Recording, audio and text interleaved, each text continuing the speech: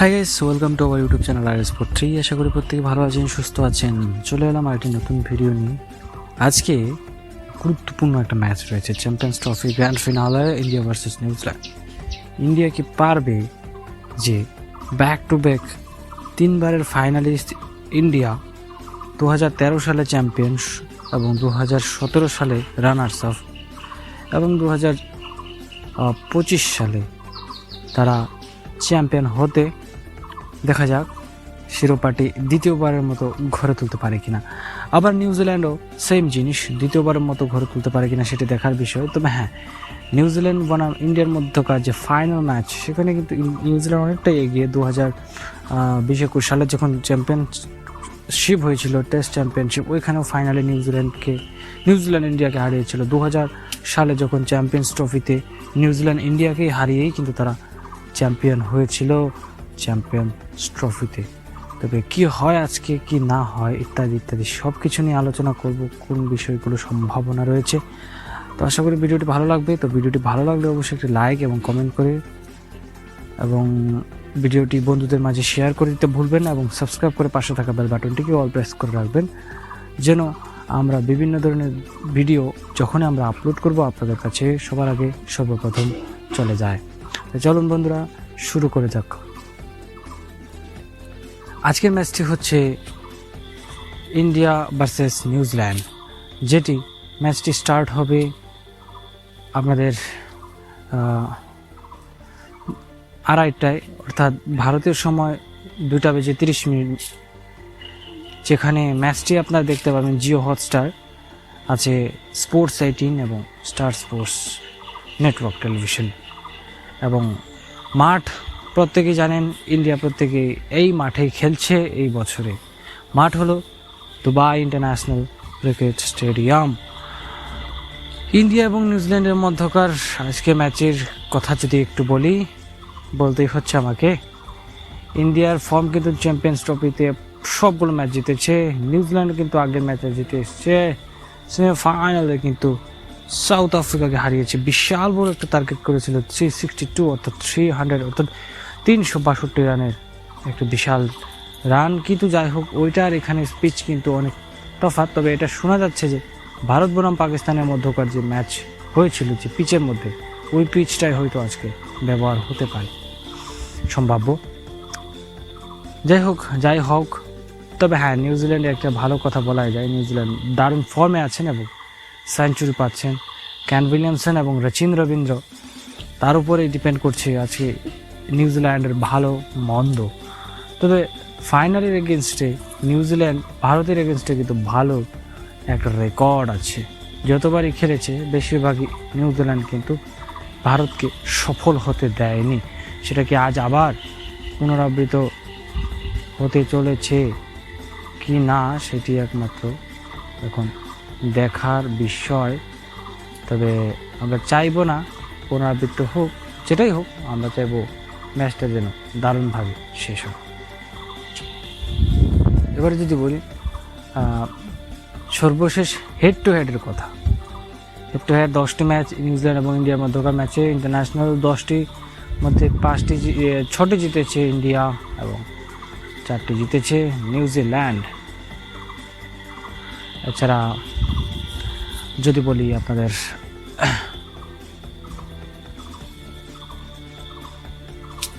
এখানে যাই হোক, এবারে একটু আলোচনা করব মাঠের বিষয় নিয়ে, ঠিক আছে? তারপরে আসবো অন্যান্য বিষয়গুলো, একাদশ কি হতে পারে ইত্যাদি ইত্যাদি। এখানে প্রথমে আমি দুবাই ইন্টারন্যাশনালের কথা বলি। অবশ্যই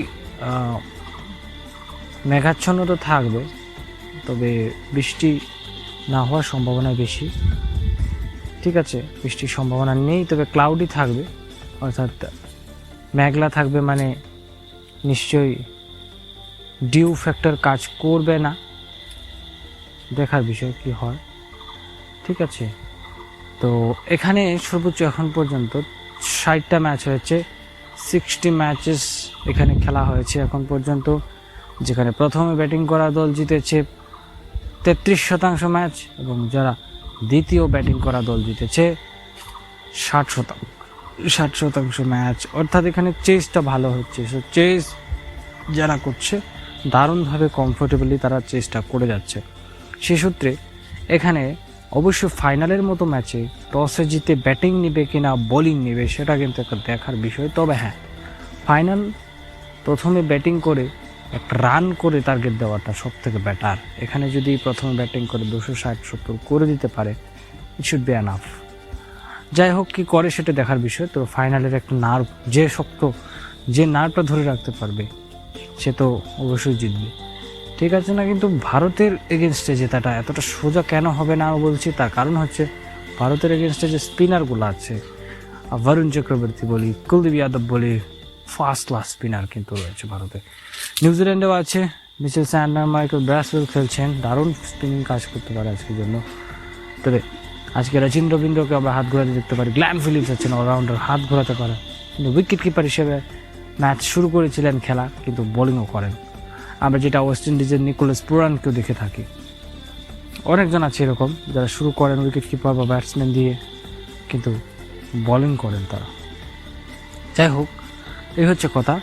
এখানের ফার্স্ট ইনিংস অ্যাভারেজ স্কোর হচ্ছে 216 এবং সেকেন্ড ইনিংস অ্যাভারেজ স্কোর হচ্ছে 190, অর্থাৎ বেশি একটা রান কিন্তু হয় না। এটা হাই স্কোর গ্রাউন্ড নয়, সেটা পাকিস্তানের লাহোর নয় কিংবা দুবাই নয়, সরি যেটা করাচি কিংবা রাওয়ালপিন্ডি নয়, যেখানে রান হবে বা পাটা উইকেট থাকে। শারজাতে আমরা দেখতে পাই, দুবাইয়ের শারজাতে কিছুটা রান হয়, ছোট মাঠ থাকে, কিন্তু এখানে সাধারণত রান হয় না, এবং আবুধাবি সেখানেও সাধারণত রান হয় না। এখানে এখন পর্যন্ত সর্বোচ্চ রান হয়েছে 355 রান। আমি একদিন প্রিভিউ করতে গিয়ে বলেছিলাম, এটা হচ্ছে দুবাই ন্যাশনাল ক্রিকেট স্টেডিয়ামে 355 রান সর্বোচ্চ স্কোর, এবং সর্বনিম্ন স্কোর হচ্ছে 91। অর্থাৎ বুঝতে পারছেন কোথায় 91, কোথায় 355। তবে হ্যাঁ, চেস করাটা সর্বনিম্ন 288 রান চেজ হয়েছে। 288 রানের বেশি কেউ চেস করে জিততে পারেনি। অর্থাৎ আপনি যদি কোনোভাবে 300 করে ফেলতে পারেন তাহলে কিন্তু ইট শুড বি টাফ হতেই পারে। অস্ট্রেলিয়াকে আমরা দেখেছি ফাইনাল ম্যাচে হতেও 300 হলো না। ভারতের দারুণ কামব্যাকের মাঝখানে তারা পারেনি।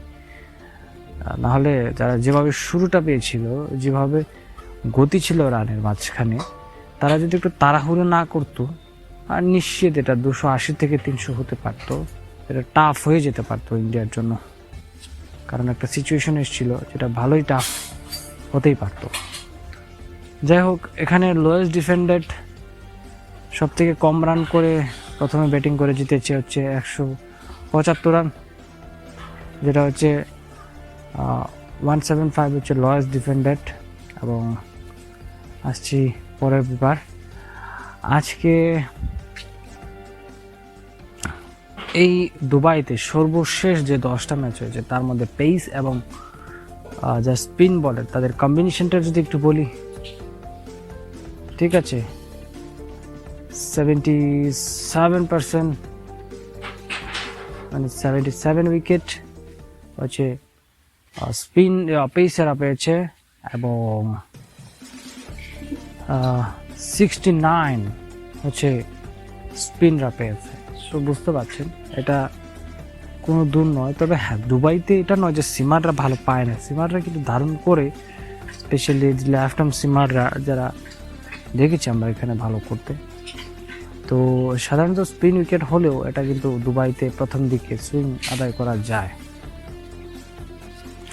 যাই হোক, তো এবারে সব কিছু বললাম, এবার আছি আজকের সব থেকে গুরুত্বপূর্ণ ম্যাচে কে হতে যাচ্ছে আম্পায়ার্স কিংবা কে থাকবে ম্যাচের রেফারি।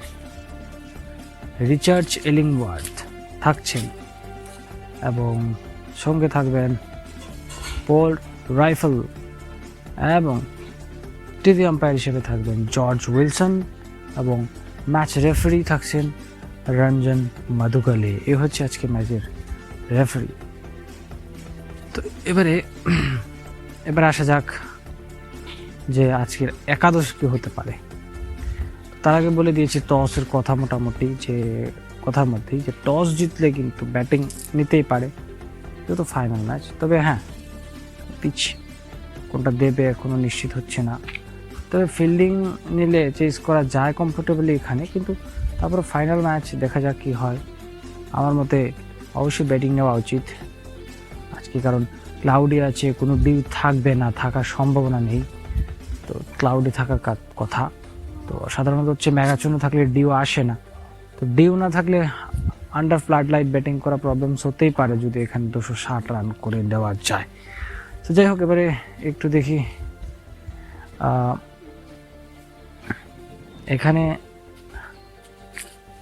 এখানে অনেক কিছু মাইলস্টোন আছে আজকে, ছোট ছোট মাইলস্টোন যেগুলো আছে আমি একটু বলে দিই।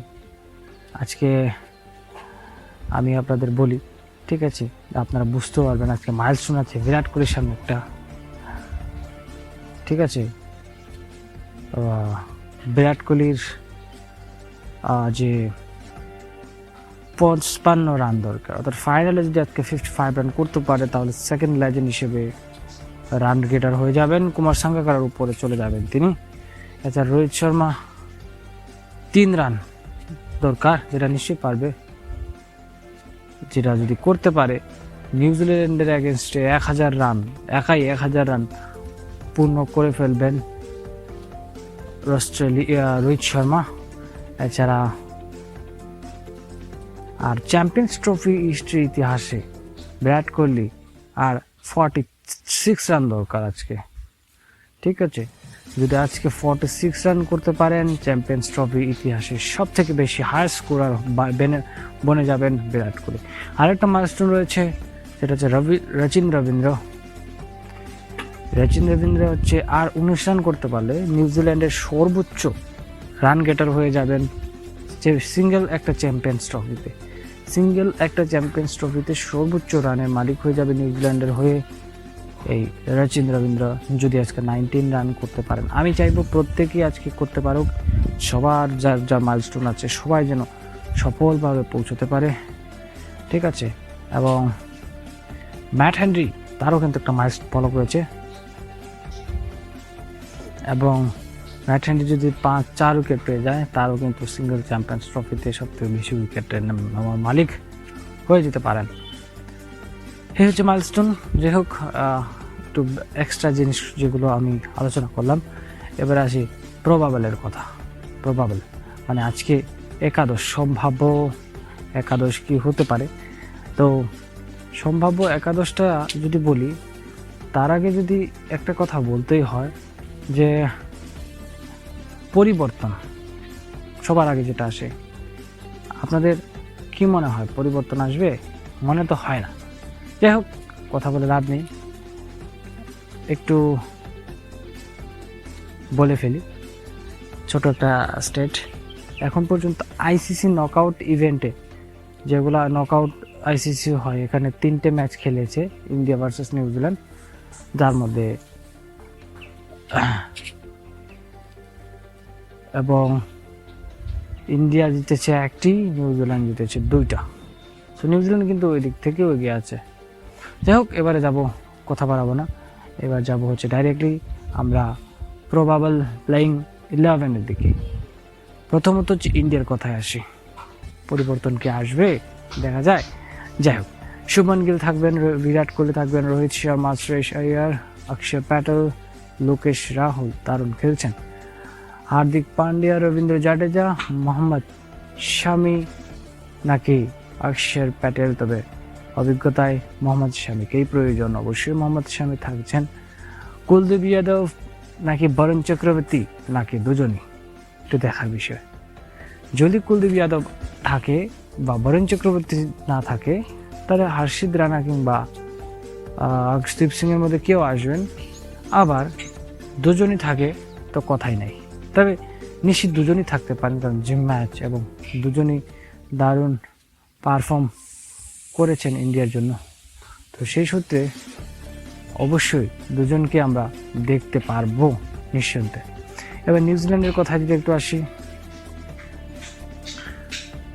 Devon Conway, Rachin Rabindra. Devon Conway সক্ষম প্লেয়ার, কিন্তু এই চ্যাম্পিয়ন্স ট্রফিটা তার জন্য বেশি ভালো যাচ্ছে না। রচিন রবীন্দ্র দারুণ দারুণ ফর্মে, নিউজিল্যান্ডের কি batter, inform batter. Kane Williamson another inform batter. Will young অথবা ড্যারেল মিচেল। উইলিয়াংকে আমরা সেভাবে ভালো খেলতে দেখছি না, তো সেই সূত্রে উইলিয়াং কিংবা ড্যারেল মিচেল যে কোনো একজন থাকবে না আমার মনে হচ্ছে। তবে আমার মনে হয় এখানে ড্যারেল মিচেলকে থাকা উচিত, এবং ড্যারেল মিচেল থাকছে আজকে কারণ মিডল অর্ডারের জন্য। আর উইলিয়াংয়ের জায়গায় হয়তো রচিনকে আমরা দেখব ওপেনিং করতে। যদিও উইলিয়াং চ্যাম্পিয়ন্স ট্রফিতে একটা সেঞ্চুরি পেয়েছে, সেছাড়া কিছু বেশি একটা করতে পারেনি, আর ধারাবাহিক পারফর্মার নয় এই উইলিয়াং। টম লাথন থাকছেন সংকটমোচন নিউজিল্যান্ড দলের জন্য। থাকছে গ্ল্যান ফিলিপস, সুপারম্যান ফিলিপস যেটা আমরা বলেছি। মাইকেল ব্রাসওয়েল থাকবেন অবশ্যই, মিচেল স্যান্ডলার থাকবেন, ম্যাট হেনরি আজকে থাকবেন, অথবা জেকব ডাফিকে আমরা দেখতে পারি।